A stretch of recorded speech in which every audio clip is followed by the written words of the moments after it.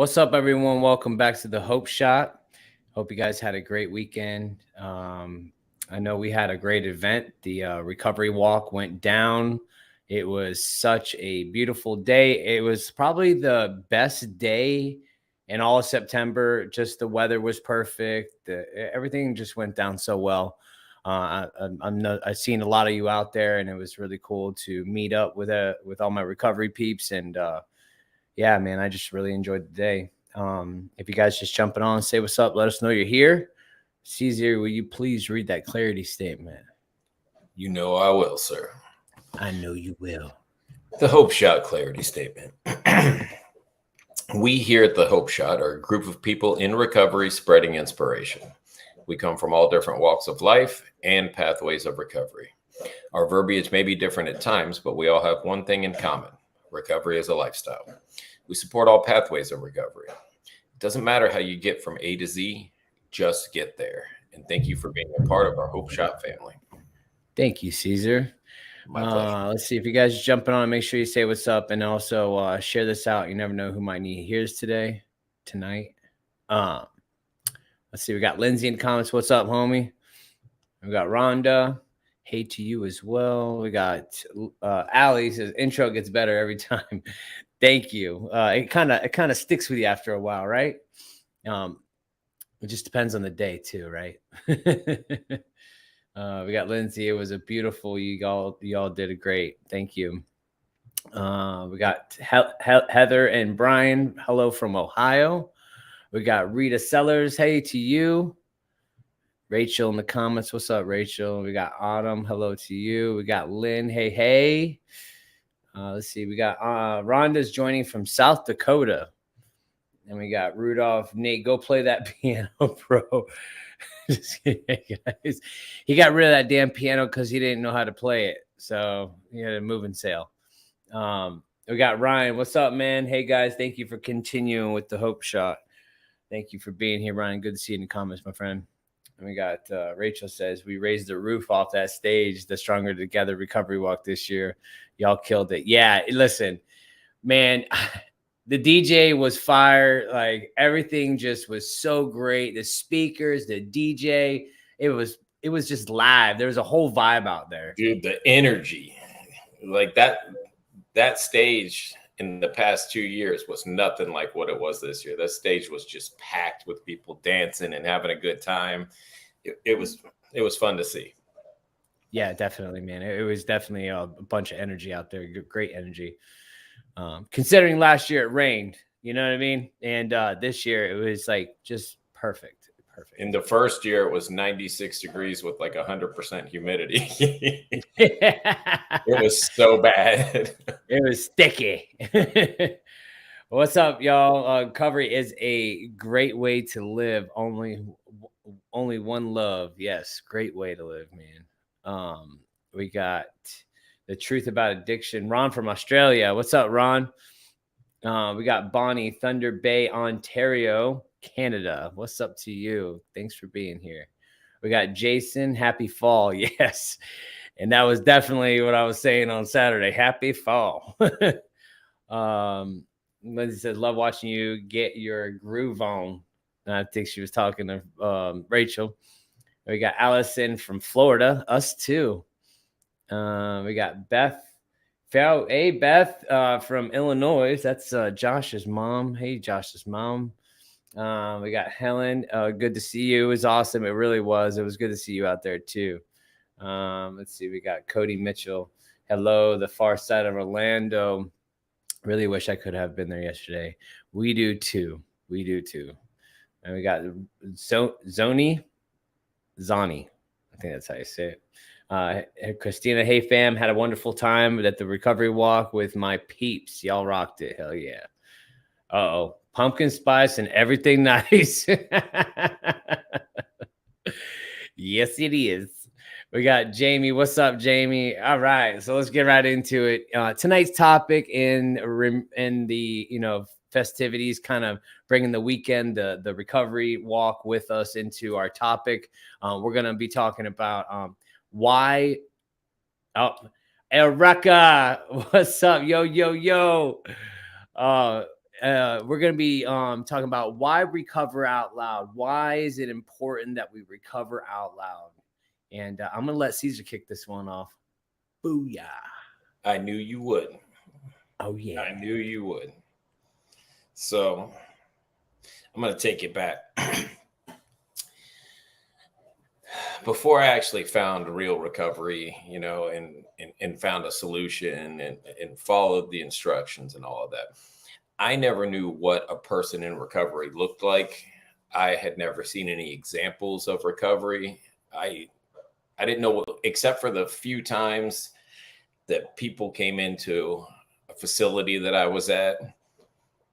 And that was like my only exposure to somebody in recovery. And you don't get to see how somebody lives and moves out in their community. You don't get to see how they are with their family and at their jobs and just all the things that make up the total picture of what somebody in long-term recovery looks like.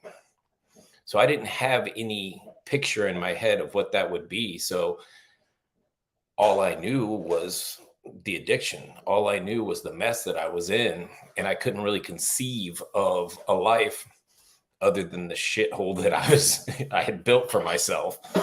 So, it's important that we recover out loud. It's a big deal for me to share my recovery on a regular basis, whether it be on this show, whether it be to speak somewhere, tell my story. I wear it 24 hours a day because I want people to see that it's possible. It took me a long time to finally get to a point where I was willing to ask for help, and I didn't have the people to look up to. I only had this narrow view of the people that came into the rehabs or into the facilities. And it took a lot of faith and a lot of trust for me to ask one of these guys, hey, basically, will you show me how to live?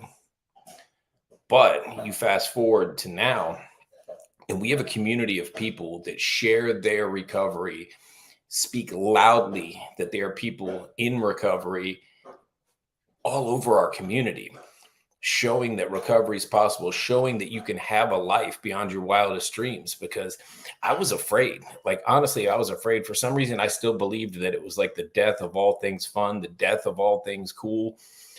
Even though there hadn't been any fun for a really long time, there hadn't been anything cool about it. I was the farthest thing from cool. I was a complete junkie that I had to wear long sleeves in the middle of summer to cover up my track marks. There was just nothing cool or glamorous about it anymore. But today we can live this thing out loud, and people don't have to wonder what a life in recovery looks like and wonder if it's a death sentence, because we can be the examples out there and show people that this is far better. And I promise you, if this wasn't better than the life I had before, I would not be doing this. So when I get to share my story, and I have publicly for the better part of 7 years, where I've just been out there on social media, everything, not breaking anonymity in my fellowship, but saying that I'm a person in recovery, the past no longer has any power over me anymore. I've told my story to everybody. So you can't say, oh man, guess what Caesar did? I heard he was a convicted felon, and I heard he was this and that. Bro, I'm sure you heard it right out of my mouth. Everybody knows that, and everybody knows what I am today. So not only are we helping other people, but we're growing stronger in our story and able to take the paths that we were so ashamed of and turn it into this powerful tool to be able to connect to somebody else. It's one of the things I told Justin when he was thinking about doing a YouTube podcast. I was like, brother, they can't put my mugshot online and me feel any type of way, because I've been putting it up since my first anniversary. I put my mugshot and what I look like this year side by side every year for the past 9 years. And I talk about where I was and where I am now. So there's nothing anybody can use against me anymore, because I put it all out there. It's literally all out for, it's the internet. It's out there forever. It's everybody can see it, and it no longer affects me like that anymore. And the fact that we can be examples today, the three guys on this screen can be examples of good, positive things. Why wouldn't I want to share that with everyone? I never had anything to be proud of in my life until I found recovery. I did, if I told a story that was a cool story of something great that I did, it was probably when I was a child, because all of my adult life, I had nothing to be proud of. I'm very proud of my recovery. I'm willing to share that with anyone and everyone because I know how good I have it. And I want you to have it. I want you to get a taste of it because I know when you get a taste of it, you're not going to want to let it go and you're going to share it with the next person. And this thing just grows and grows and grows. And it's like the recovery wall. The first year we had it, there was maybe 100 people there in the sweltering heat, and if that. Then the next year in the pouring down rain, there was maybe 200 people. In year 3, we're still out there getting our message out and showing people that recovery is possible. And we're showing what a blast we can have in recovery. And I've said it before, with such a shout out to Rachel. Rachel is like the high energy, fun coordinator for all things awesome that happens there. Because the moment she gets there, the energy gets turned up to 1,000. The people, she's grabbing people and getting up on stage. And that's what I needed to see. I wish I had been able to see something like this year's recovery walk when I was still on the fence about getting into recovery. If I had seen people up there just blowing it out and having a blast, like dancing and laughing in just genuine fellowship on a Saturday out in the open like that, I might have made that decision a lot earlier. I might have been like, well, damn, these people got it going on. Like, I'm freaking lame. Like, this is what's up. I'm lame. But I didn't have that. So we're fortunate to be in a position that we can share this with so many people. We did a recovery countdown. There was a guy there with 8 days. Can you imagine at 8 days walking into something like that? Like 8 days in and you're at the park with hundreds and hundreds of people that are just like you in recovery that are having a blast. Like, what a blessing to be able to provide something like that to our community, something that's so needed. If you're brand new there, if you're even on the fence, there was every resource you could possibly imagine to navigate you to where you need to go. No matter what type of recovery you're looking for, we had something for everybody out there. And then you top that off with just badass music and a good vibe and our recovery community showing out about how awesome this lifestyle is. I mean, I don't know how you couldn't go to that and say anything other than I got to be a part of this movement. Like, I got to get my shit together and get some of what these people have going on. So thank you, Rachel and Rachel's crew, for always showing out there and just making it the event even that much better. That's all I got. Yeah, I figured that by this awkward silence, but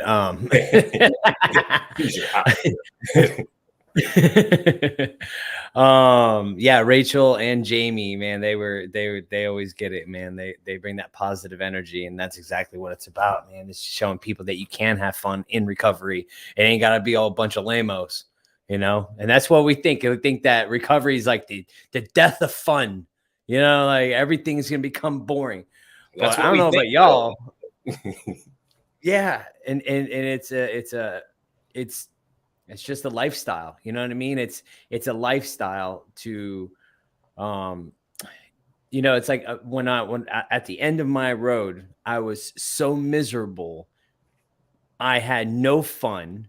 I had this false sense of what fun was, and technically, man, I was just like, I don't know, man. I was always blacked out. I'd always pass out everywhere.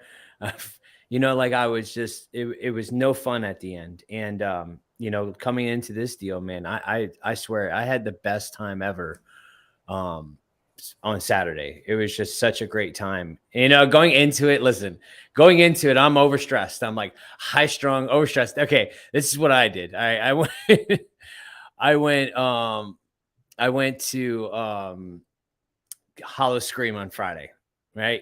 And anybody doesn't know Holler Scream, it's at Busch Gardens, and they have like the Halloween Horror Nights, and it was a blast. But I stayed up to 2:30 in the morning, and then I went to I got up at 6 a.m. and went to the Recovery Fest and trying to get things together and running around like a chicken with my head cut off, you know, and it's always high stress. But as soon as the event started and like I calmed down some, and after getting set up, it was just flawless. And the music was vibing. I just love that DJ, man. I really enjoyed it, you know, and it's like they did like trivia, and they like, it's just like when the DJ's involved and engaging, it's just so much better. And, you know, it was just great, man. And that's what people need to see when first getting into recovery. That's why recovering out loud is so important. But let me read a few comments real quick, and then Nate, I'm gonna let you share, and then I'll share a little bit after you. I just wanted to comment on Caesars. Let's see. We got Christina says that recovery clean time countdown filled my heart with so much gratitude and love. Yes, that is the high energy right there, and I love it. We got Billy from Michigan. We got Tony from South Dakota. We got Nikki. What's up, Nikki? Hi from South Dakota. And we got Christina again, says, I recover out loud because for me, it shows others that it's possible. And if I can be a good example for everyone and possibly encourage them to get clean, for me, that's what it's all about. Giving back what was so freely given to me.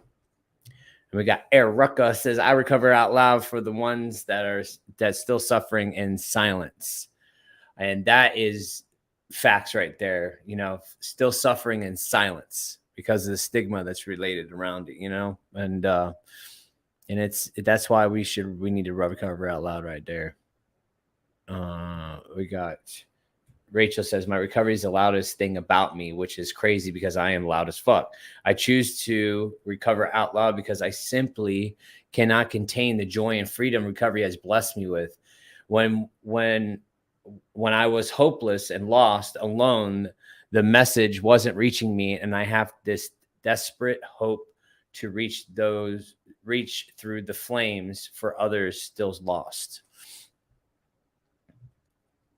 And then she said, I was absolutely freaking I just absolutely freaking love being clean. Sorry, I can't do it. I celebrate that shit. I scream about it. I share about it because I never believed it was possible. And here I am. Let's see. We got Shannon says it was so inspiring. And we have Debbie up here says it's great to be back. I have been so busy. It's good to be busy. And we got Justin's got 50 days in. Hell yeah, man. Keep going. All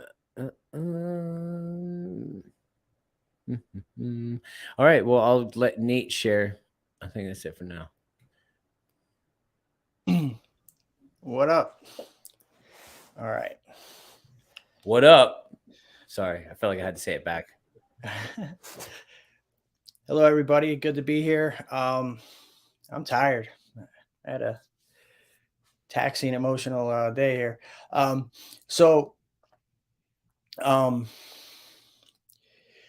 Yeah, I think recovering out loud. You know, when I think about recovering out loud, I feel like it's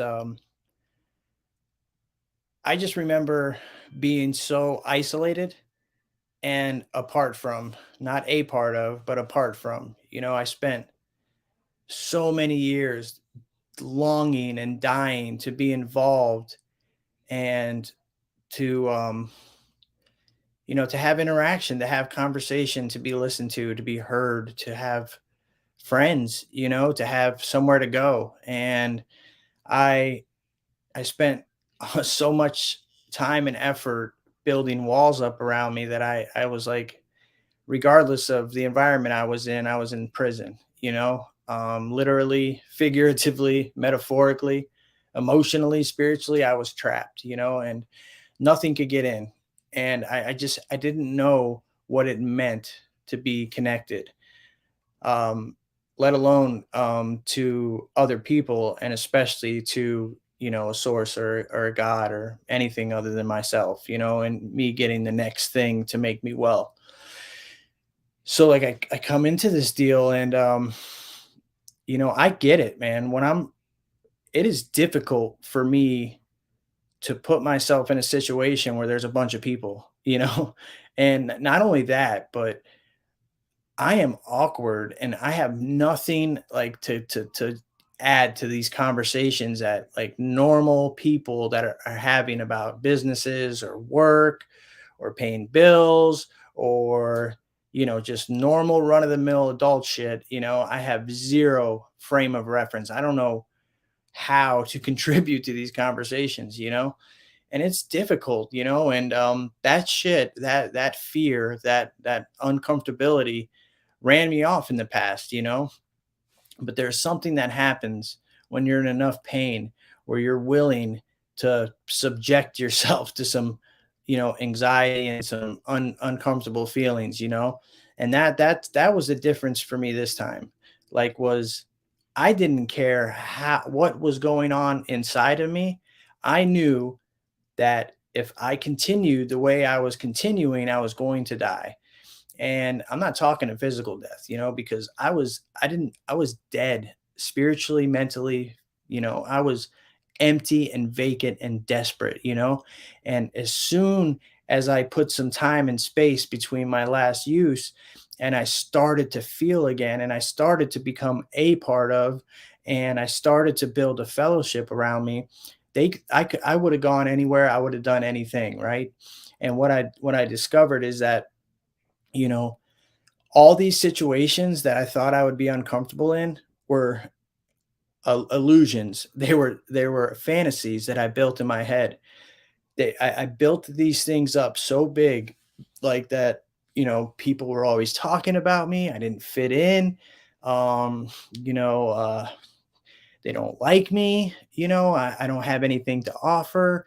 All of these things that I've carried with me that are basically just lies that I told myself. They're basically my addiction talking me into going back to what I'm familiar with. And how do I get rid of that? Right. I have to do the work. I had to get busy. I had to get honest with the sponsor. I had to connect with this higher power and form a relationship and start practicing these spiritual, beliefs and things in my life. And it's funny how the more I work on the inside, the more I'm okay with the outside. It's not the other way around. I'm not. I couldn't just like throw myself into society and a community, into friendships and all that stuff without doing some internal work first, right? But once I started doing that work, what I found is that, you know to be a part of something, to be a part, I can break it down to a base level, to just to have friendships. Let's just start there. To have genuine, true, sincere friendships, where they don't want nothing from me other than to succeed and to live my best life, right? What a gift for a guy like me that was alone for 20 plus years. My own choice, mind you, but nevertheless I was. And then then I start building this fellowship around me, and I get to be a part of something. I get to, have a community around me. I get accepted, I get forgiven, I make some amends, I can hold my head up high. And in that space is where I'm able to finally like get out into the crowd. And you know I didn't know what recovering out loud meant, but today what it means to me is that I have a responsibility to pass this message, to pass this gift that was freely given to me to somebody else that doesn't know it exists, or to better yet, they don't feel they're worthy of the gift that I've been given, because I was that guy.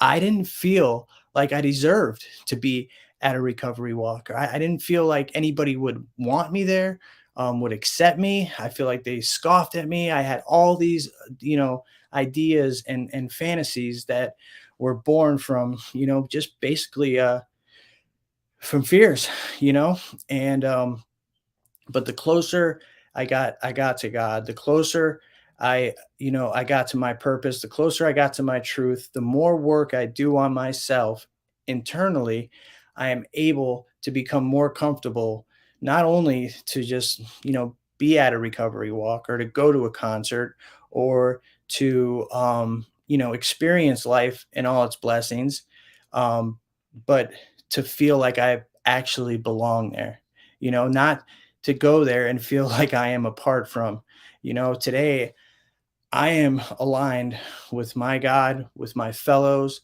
with my purpose, with my truth. So that affords me the capability to go anywhere and do anything I want, without much concern, you know? And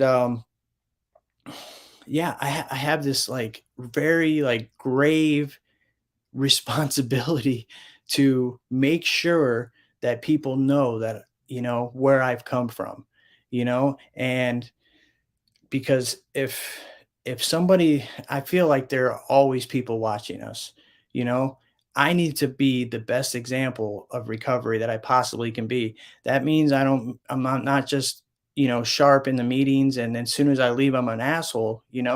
I need to carry this message in all my activities and all my interactions.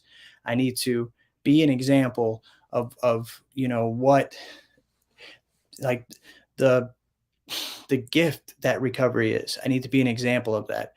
There are people that know me today that have no idea. Like, if I really told them some of the stuff I've been through, they don't even, and I've had this experience. I tell them, like, this is how they can't even conceive of it, you know?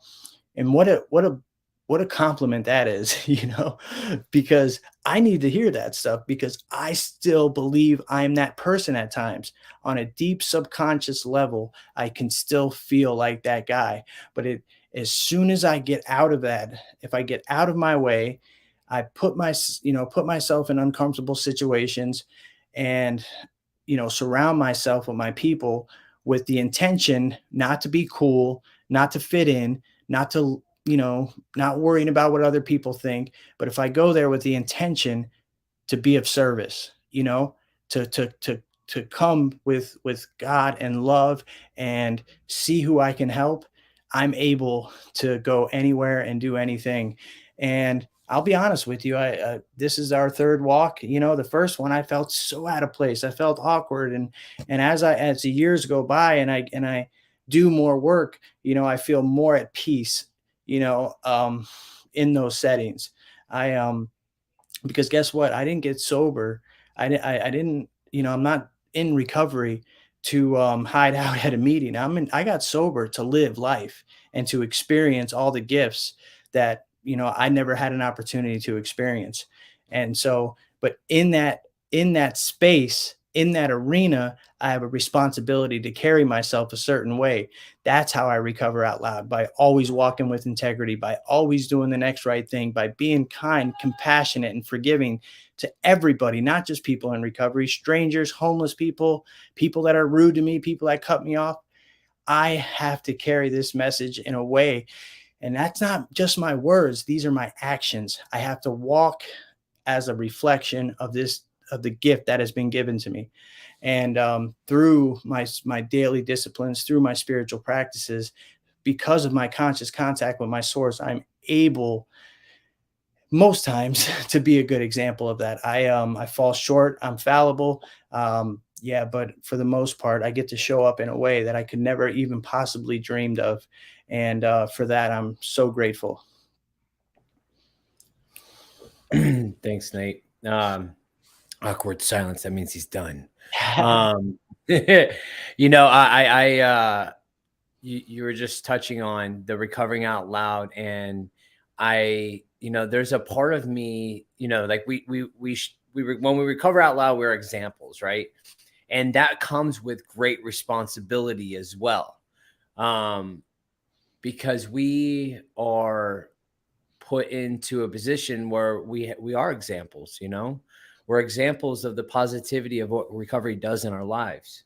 And to me, that's it's an honor, a privilege, and it's a responsibility. And sometimes that keeps me in the right frame of mind, because I do have, like, I feel like, you know, like we're the Hope Shot. We do recovery events. Like, it keeps me on that straight and narrow. It keeps me like, I'm not doing it just for me at times, right? But sometimes I'm like, I have a responsibility, and that's important to me, to keep me right, you know? Because imagine, yeah, I could just imagine, you know, like, um, like, I don't know, man. I take it, I don't take it lightly. You know what I mean? Um, this event, man, was so good. And to see all these people come together, and like somebody said in the comments, the clean time countdown, that gives me so much like energy. When I see that, it like re-energizes me, and like just everybody coming together. And that's what it's about. It's everybody coming together. And when there's so many people doing it, there's just like a big ball of energy, and we're all just feeding off of it, and it's cool, man. And we pass it on to the person that had the 8 days. That was like, I've never done that outside of my fellowship type thing. And that's what it's about. It's the unity. Like we always have, and I always play like Tupac and Biggie, right? With the fellowships, because East Coast, West Coast, we all know what happened with that though, right? How'd that end, right?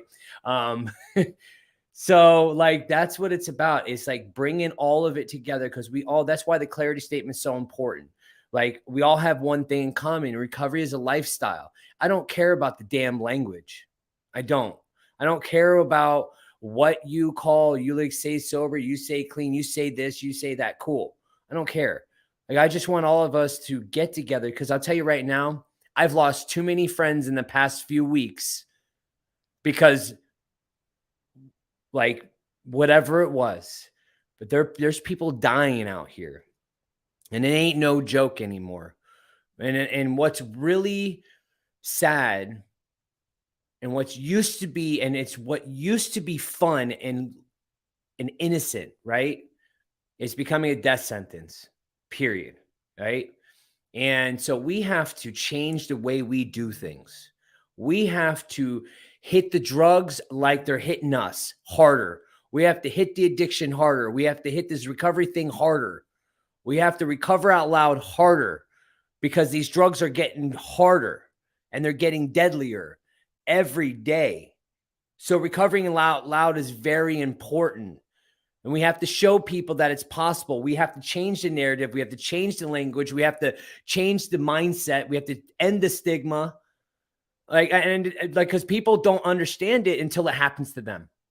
Once it happens to them, or it happens to a loved one that they're close to, then they'll start, the stigma has been diminished, and they'll start going forward. So that's why it's important to shed light on this recovery deal in a positive light, and people to see the truth about addiction as a lifestyle. Addiction isn't just about drugs and alcohol. It's behaviors. It's how we carry ourselves. And there's so many people out there that don't even know it, that are running around fucking crazy, And, it just drives me nuts, man. I just had a good friend that I've known since we were young, man. And I'm in and out. And I try to help her as much as possible. But her biggest drug, like a lot of us, man, is codependency. And we're stuck on these people and these relationships, these boyfriend, girlfriend type things, and getting in these relationships when we're just fresh into recovery. We don't even, we think it's love, but we don't even know how to love. I didn't even know how to love myself. How the hell am I going to love another human being? No, I used that human being as my drug. That was my new drug. And then we did drugs together. And that was just like, it's like double dosing, And, but I tell myself this, it's like, I learned how to love somebody in here. I learned how to care for somebody here. I learned how to love myself in here, in recovery, because I was a sick bastard. I didn't know how to do anything.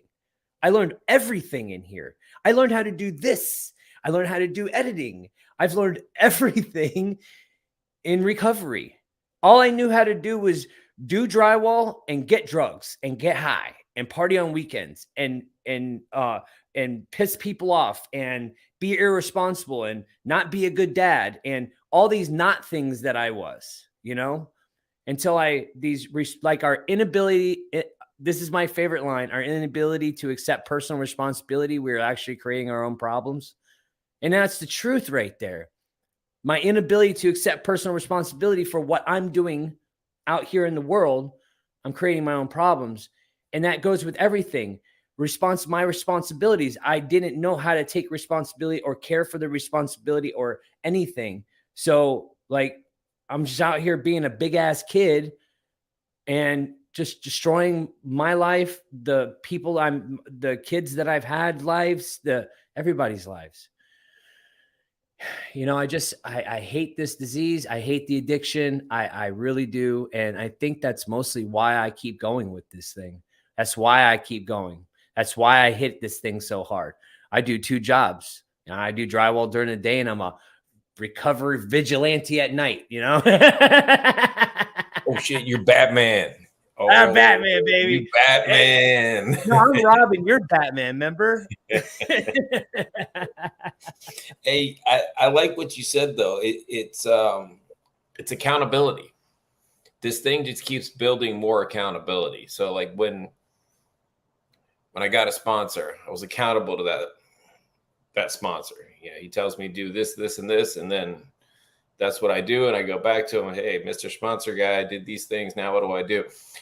I'm accountable to him. And then I start helping some guys. And I'm accountable to them because I'm not going to ask them to do anything that I'm not doing myself because I'm not a hypocrite anymore. I'm not living that type of life anymore. So the accountability grows. We start sharing our story. We don't live a lie anymore. So we share our real story and we start to recover out loud. And I don't want to be a fraud. I don't, if people are looking up to me, I do not want to let them down. And the accountability just keeps getting bigger and bigger. And not in a bad way, not where it's like, oh my God, it's crushing all the accountability. What am I going to do? It's a good thing. It drives me to want to be better on a daily basis because I want to be the best example, the most approachable example of recovery that I can be. I want to show people that we can laugh and we can cry and we can go through hard times and we can just love and have all these wonderful emotions, the very emotions that used to send us running for a drink or a drug because we couldn't deal with them. And now we can enjoy them and we can see them play out and we can be real human beings and connect to other human beings and we can help each other. And that was like, it blew my mind. Like the further along this thing goes, it never gets any less like miraculous to me to see the way that the ripples go out. Like when somebody comes up to me and they've only known me from online and they're like, Caesar, oh my God, you're the guy from the Hope Shot. I'm like, that is crazy. That's crazy. That's crazy that, that we've got to reach like that. We get the privilege of sharing this message. And the flip side of that is you guys do keep us accountable. The viewers, the fellowships, the friendships, all of those things. We went from not giving a crap about anybody but ourselves to I care so much. I don't want to let anybody down. I want to be better for me, for my family, and I want to be better for everybody else too. So it's kind of amazing how this thing goes. And I just this thing right here, man. If you're stuck in addiction, it's not an if anymore. It's a when, it's not an if anymore. It's a when. That's why it's important. And if you guys in the comments, you guys showing up here every week, you guys help us more and we help you. It's so like, this is the we thing about it. It's all of us coming together every Sunday to enjoy, to spread hope, to encourage, celebrate, all of those good things. That's what recovery events are about. And I wish we had more of them. I wish we could do a recovery fest. I want to make the recovery walk just a big freaking recovery day where we're all sober and we're just having fun, because there's so many events where they have, just a drunken fest. And it's like, you can't enjoy anything really anymore, and there's a lot of people out there that choose to be sober these days. that are just regular old Joes, Have you seen Um, like how big Sober October has gotten? Yeah. Like it's swinging our way, boys. Yeah. It's coming. we're, we're ahead of the curve, man. We are cool. But I mean, Yeah. I think I asked you about this a while ago when we were talking about first putting this thing on, and then you came on board and you brought some big ideas, and like we wanted to make this thing like one of those big all day concert deals that they have down there that draws thousands of people. Why couldn't we could have the same entertainment, food it's coming. trucks, and all coming. the same stuff, just no alcohol and recovery speakers in between, and make it just incredible. And every year we've shown that we can keep growing it, and it gets better and better. So I don't see why not. We should throw one in Sober October and call it Sober Oktoberfest. Yeah, I'm telling you, it's happening. I already see it coming. It's in the works. We gotta make it happen, Captain. That's it. Right, Nate? Yeah, I was just reading some of these comments. They're pretty good. Yeah, I think that'd be a great idea because we do the sober tents at some festivals, and even it can be a lot, even for me, and it would be cool to have an event that's completely dry, that's just all focused around recovery and music. I also, I was thinking too about, you guys were talking about the guy that had 8 days, right? I was telling Danielle, I'm like, listen, look how proud he is. This guy was so proud to be that guy, and I just like, man, I wouldn't have been that guy at 8 days.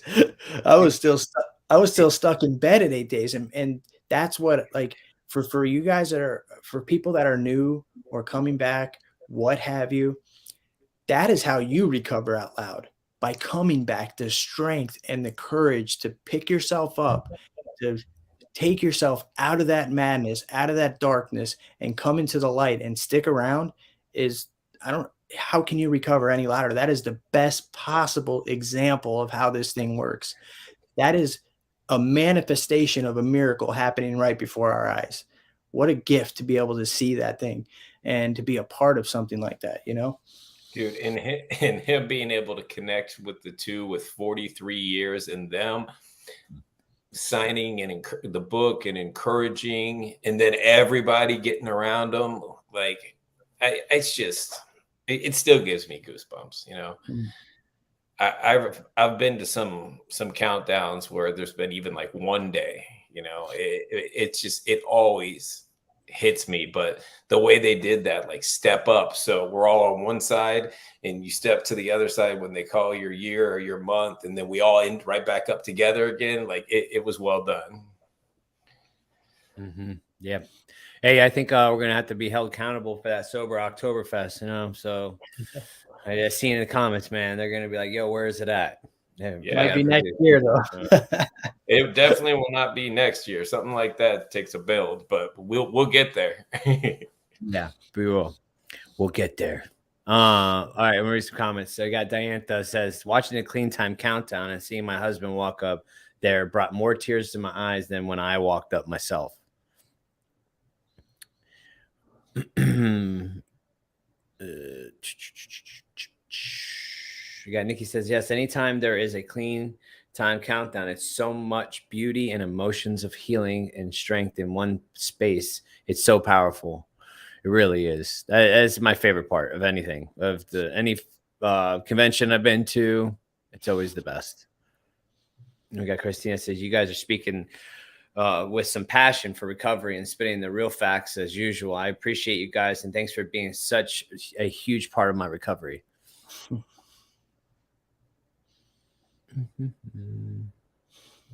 You got Lindsay. The thing I'm doing right this time is I'm putting my recovery first. Codependency took me out. I was living in insanity without even picking up. I've gotten a lot outside help for it and saw how insane it really was. Oh, here we go. Rachel, this is, I love this one. Addiction can have you in full-blown relapse without ever even picking up a substance. I've lived that behavior relapse completely, completely clean. And it was so messed up. It was that experience that caused me to fully surrender, working the program as it is written, and made me aware of the importance of monitoring my thoughts, feelings, actions, and behaviors. And that's a fact right there. Relapse doesn't have to be a substance. Like I was in full blown relapse mode. Like the next step was that substance, right? And exactly what she did. You got to monitor your thoughts, your feelings, actions, and behaviors, man, and get back into it and catch yourself. And that's where recovery really kicks in, is when you can see the things in yourself and start being aware of it and addressing it as it's coming. Sometimes play-by-play action. Sometimes, every once in a while, you get play-by-play actions, you know. And then, but and if you did put a substance to you, that's okay too. You know what I mean? Like, we're all human. We're just trying to do the best we can, and that's all we got. You know. We got Melissa says, I am struggling lately, desperately needed to hear this message tonight. Thank you. You're welcome. Glad to see you tonight, Melissa.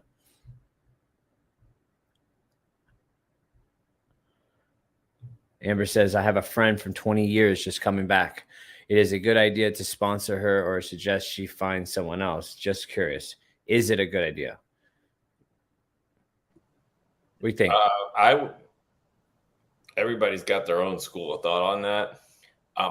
I have tried to sponsor somebody that I had been close friends with in the past. And for me, I feel like I was too close to the situation to do it the way that I would do it with somebody that I didn't know at all. Felt like I was much softer on them. And, oh, no, it's okay, man. You know, we'll meet up tomorrow. I know you couldn't make it. And I started believing some BS that I wouldn't have believed out of anybody else's mouth. And you know, maybe that's just my experience, but you could always take your friend by the hand and lead your friend to the right person. Just my take. Thanks. We have Chris says, thank you for all this information. I've been listening to all this for a real long time. But my biggest problem is executing it and actually doing what I've learned. And at this moment in my life, that's what's been holding me back from being a better me person. And honestly, it sounds stupid. This is the hardest part for me, is just taking that first step. Yeah, that doesn't sound stupid at all. That sounds like everybody else that's gone through this. You're not alone. You know, that it took me 20 plus years to take that first step, to truly surrender and to give this thing a real life chance. Took so much pain, so much loss and tragedy. And oh man, so please don't think that's stupid. I think it's one of the most difficult things that I could have ever done. It is the most difficult thing I ever did. And yeah, it was nothing, had nothing to do with stupidity and everything to do with just being afraid, you know? But what I've discovered through this process on the other side of my biggest fears are my greatest blessings. Mm-hmm. Dude, yeah, not stupid at all. It's the most, you could show me how to do it.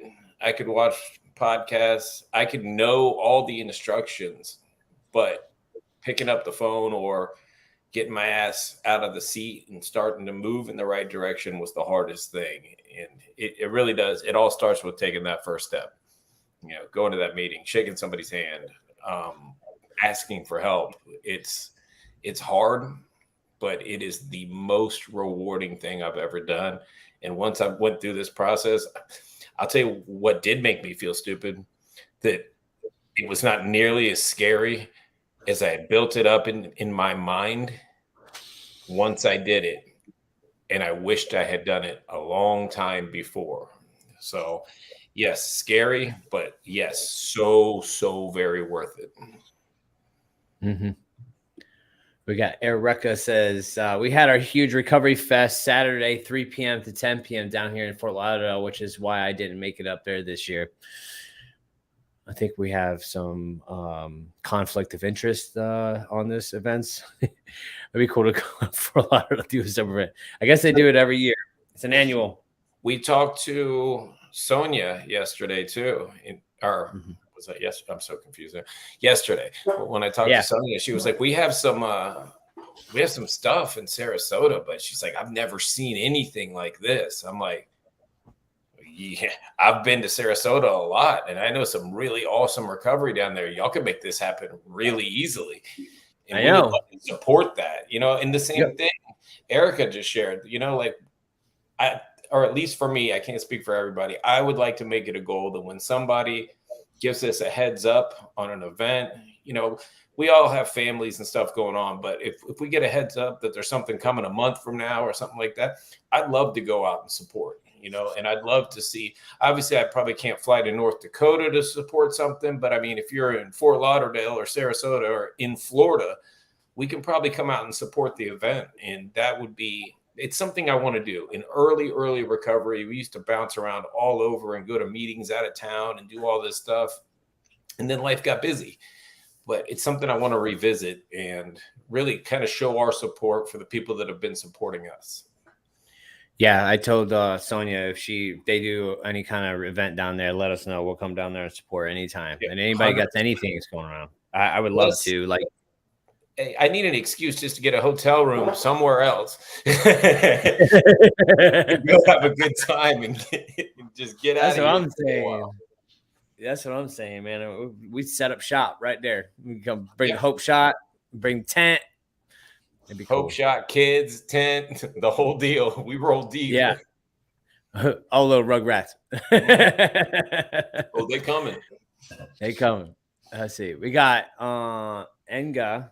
It says, what's the importance of dealing with anxiety and mental health to keep from picking up another addiction? Take it away. Yeah. Once I get to recovery, I understand fully after, a little while that those are the very things why I use substances. The drugs and the alcohol are the least of my concerns. The underlying issues, which are anxiety, mental health, whatever, trauma, just, fill in the blank, these are the things that led me to use substances in the first place, which kept me sick because I was trying to suppress these unmanageable emotions and mental health disorders. And unless I take care of these, I will return to drugs and alcohol. This is the most important, for me, in my journey of recovery, the most important thing is not putting down the drugs. It is addressing these very things that you're discussing. Mm-hmm. It's the most important. But give yourself, put down the drugs first. Give yourself an opportunity and the space to get there. Of course, that's the most important on the onset. Let's create a space where you have the ability and the capacity and the wherewithal to address these very serious underlying issues that led us to substances and alcohol to begin with. Mm-hmm. She says, thank you. And we got Dear Recovery says, come to New York. Listen, don't tempt us. I'll tell you right now. We look like National Lampoons rolling up, Yeah. Justin's already rented a full-on RV once, so I know he could drive it. I can drive it. Got this. New York. We'll get the Hope Shot bus, bro. Get it wrapped and get it rolling. That's right. That'd be hilarious. Okay, let me read a few more comments, man. We'll wrap it up for tonight. Let's see, we got Ricky Lyles says, I'm not a drug addict or alcoholic. My wife was killed by a drunk driver, and I forgave the man who took her from me, and I couldn't heal until I forgave him. I now work with drug court, and I have prison ministry helping drug addicts and alcoholics. I write letters to prisoners. Awesome, man. Good to see you. We got Lisa says, the worst journey I've ever been on, domestic violence, was nothing compared to this.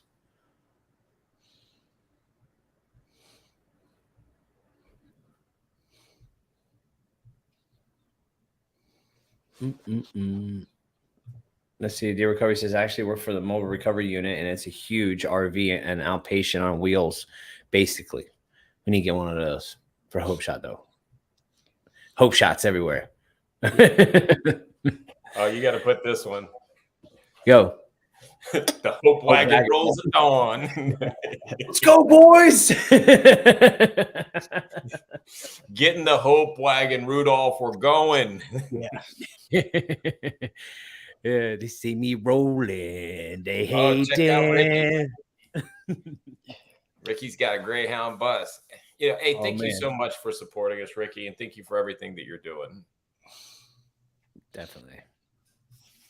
You got any more, Caesar? No, I just like to read the silly ones that say the Hope Wagon. I know. That's what you do. You see them. You can spot that comment out of all of them. Yeah, they'll be really heartfelt, deep ones, and then this Hope Wagon. I love it. All right. Well, that's it for tonight, guys. Man, it's been a great night. I hope you guys got something out of this, and you guys enjoy your week. If you haven't yet, man, check us out on Apple Podcasts or any podcast platform. I'm going to put it in the comments again. Love for you guys to support us in any way with those downloads. We're going to have some new stories being shared onto there. That's only audio. So make sure you guys go to there. And also we have these new shirts, these handy dandy shirts. Wait, let me get the back. Let me get it from the back. Let me get it right there. Oh, pan down.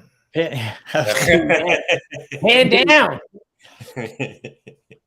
Is that better? There we go. Oh, no, I was just talking about to your butt.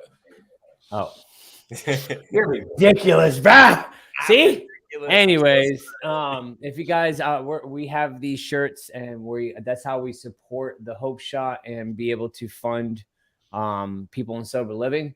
So if you guys are looking to get a shirt, I'm gonna have them up onto our website, which we have the Hope Shop on there. I'll have the shirts on there this week probably. So if you guys want to support us, the Hope Shot, the nice shirts, we'd love for you guys to support us and also get yourself some gear. So look for that this week, and we will see you guys next week. And we love y'all, man. Have a great week. See you.